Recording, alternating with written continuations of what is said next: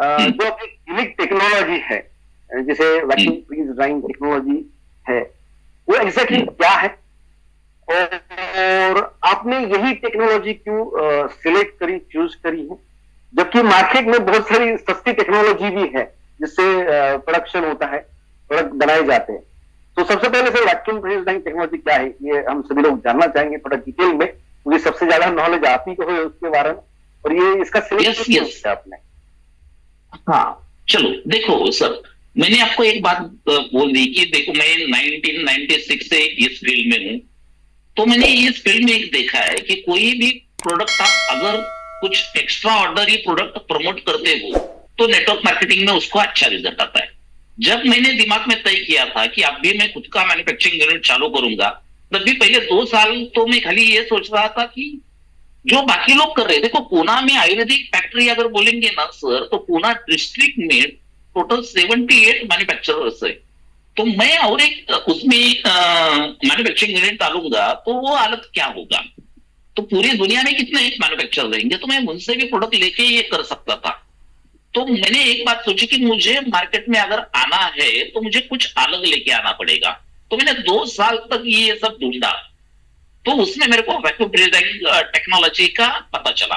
अभी ये दुनिया में जर्मनी और चाइना, ये दो दो कंट्रीज में ये टेक्नोलॉजी से मशीन बनाई जाती है।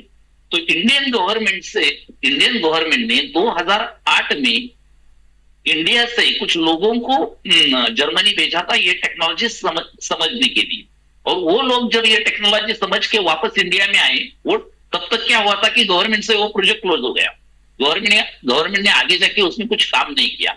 लेकिन जो लोग वहां पे जाके समझ के आए थे, उनमें से 2 लोगों ने उसके ऊपर खुद का मशीन डेवलप किया और मार्केट में उसको रिकमेंड किया।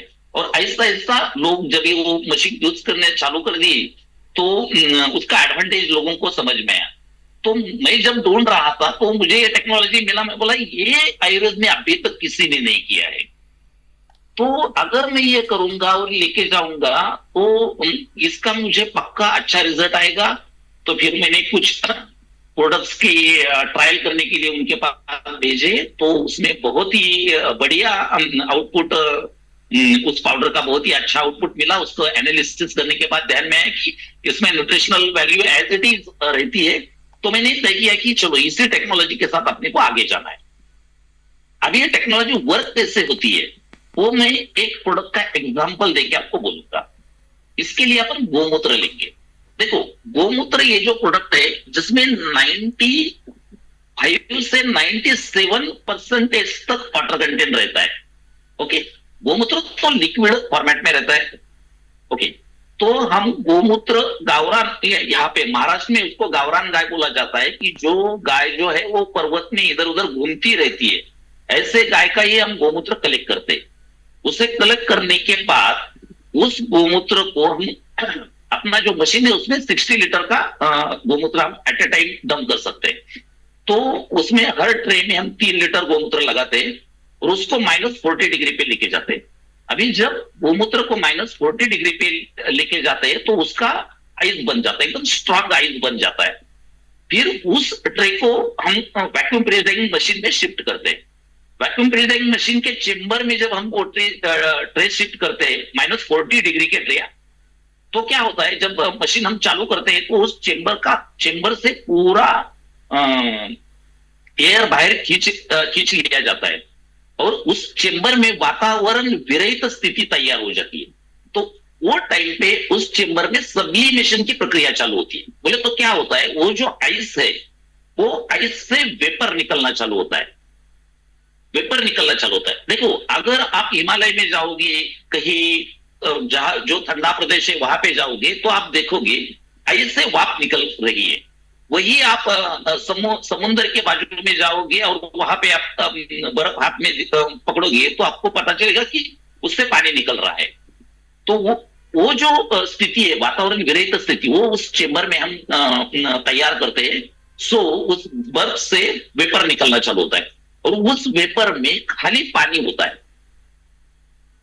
ओके, उस वेपर को हम -45 डिग्री के एक फ्रीज से बाहर निकालते हैं। तो वहां पे उस बर्फ का वापस उस वेपर का वापस बर्फ हो जाता है। और एक 18 घंटा कंटिन्यूअस ये प्रोसेस चालू रखी तो गोमूत्र के अंदर का पूरा पानी निकल जाता है। जो पानी हम रेगुलर पीते हैं उसी कलर, वैसा ही कलर उस गोमूत्र के पानी को आता है। अभी गोमूत्र के अंदर क्या क्या रहता है, तो ह्यूमन बॉडी को जो भी कुछ लगता है वो गोमूत्र में रहता है। तो क्या बोलेंगे हम कि प्रोटीन है, मल्टीविटामिन है, मल्टी मिनरल्स है, एंजाइम्स है, जो भी कुछ है वो गोमूत्र का उस ट्रे में एज इट इज वो रहता है। अगर जब हम 60 लीटर का बैच लगाते हैं तो वो टाइम पे हमें 2 किलो गोमूत्र का पाउडर मिलता है।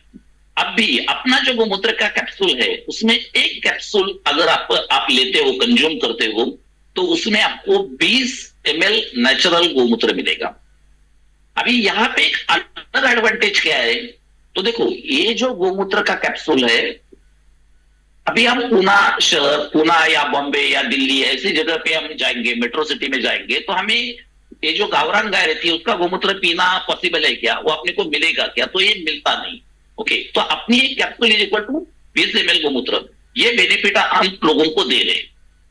मैं एक बात आपको बोलूंगा कि ये जो गोमूत्र का कैप्सूल है फ्रीज पद्धति से बनाया हुआ, ये बनाने वाले इंडिया के हम पहले और अभी तक खाली हम ही है।